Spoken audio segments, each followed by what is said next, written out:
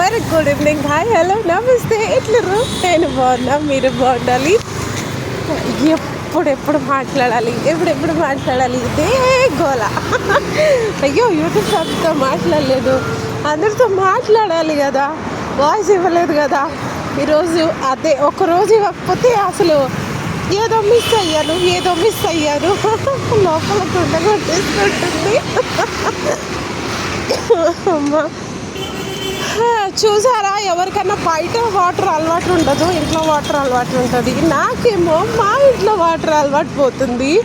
ఎందుకంటే చెప్పినా కదా మీకు చాలాసార్లు, డ్యూటీలోనే నాకు స్నానం, టిఫిన్లు, ఇంకేంటి లంచ్, మళ్ళీ ఈవినింగ్ కూడా టీ, బ్లాక్ కాఫీ, ఇవన్నీ మొత్తం ఇంకా మార్నింగ్ టు ఈవినింగ్ వరకు నేను డ్యూటీలో ఉంటాను కాబట్టి ఎవ్రీడే డ్యూటీలో అలవాటు అయిపోయింది.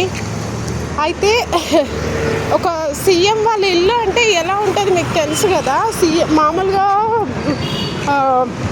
ఇల్లులే చుట్టాలు వస్తూ పోతూ ఉంటారు. అట్లాంటి ఒక సీఎం ఇల్లు అంటే ఎంతోమంది గెస్ట్లు వస్తారు, ఎప్పుడు వెళ్తారో తెలీదు. అందుకనే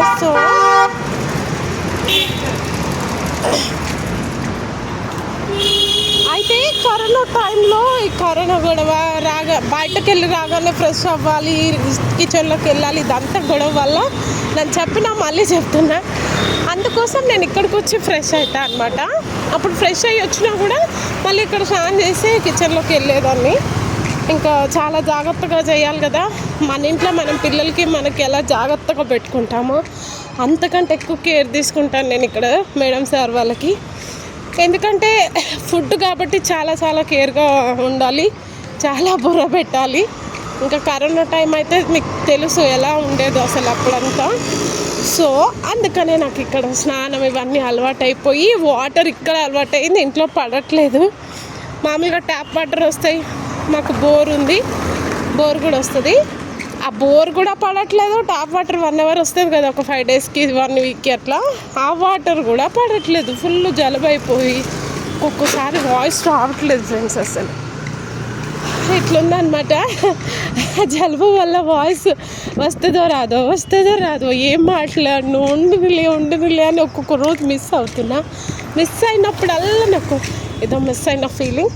సో మిస్ అవ్వకూడదు, అందుకే సో నేనైతే డ్యూటీ దగ్గరకు వచ్చిన. మళ్ళీ మాట్లాడతాం. మీరంతా ఏం చేస్తారో కామెంట్ చేసి, లైక్ చేసి, నా ఛానల్ని ఫాలో చేయండి. Thank you so much. Bye.